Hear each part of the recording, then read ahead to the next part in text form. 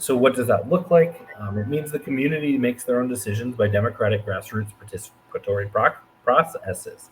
And then they elect people to carry out those decisions and manage the projects. We can begin to replace representative systems with delegative systems by creating neighborhood assemblies or citizens assemblies.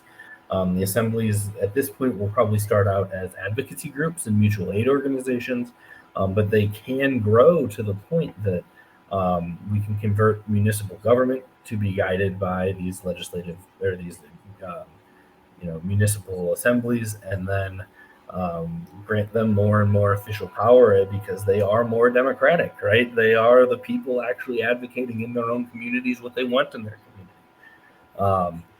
And then those assemblies can form confederations where delegates from each assembly meet to discuss issues, coordinate projects, right? And we can have this bottom up, but still kind of harness the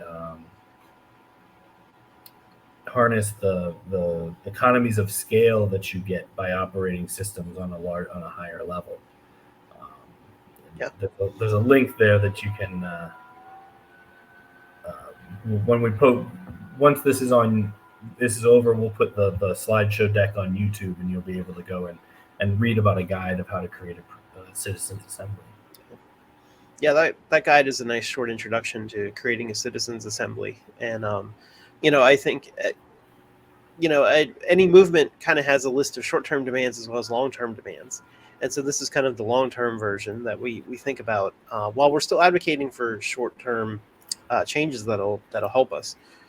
But I think it's important to really emphasize that since this is a 101 series with the Green Socialist Organizing Project, that we talk about what socialism in practice really looks like.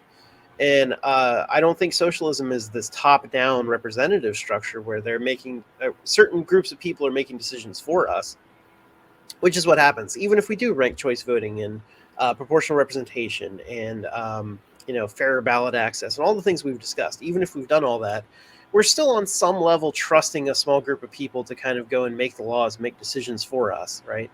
And there's all the quips through history of absolute power corrupts absolutely, and all the whatever. Having power kind of corrupts. Having that power kind of necessitates that you have a system that's not fully democratic, that's not fully listening to the people, even if it's better than what we have today. So I think it's very important to emphasize that an eco-socialist future is moving towards something that has this more bottom-up structure where communities themselves are the ones that have the power, and not lawmakers in the federal government that are kind of the top level, but instead at the bottom level is where our decisions are made and where we come together and we cooperate. And of course, that's going to mean that we're going to have networks or federations or whatever it is you want to call it, where our communities work together in states or the federal government, whatever you want to call it. So we're going to work together. We're going to elect people that go and meet together and come up with ideas and all. But the important thing is that they're accountable, that they come back and they talk to communities about what they're going to do. And it's the people in the communities that make the decisions, as opposed to the folks that go off to DC and no one ever hears them. And they just say, well, we made a law and we didn't tell you about it, except now you have to do it, right? It's very fundamentally different to flip that top-down script and instead make a bottom-up government. So whenever we're advocating for things, we should always think about how we can best move in that direction to make things much more directly participatory, democratic from the bottom up.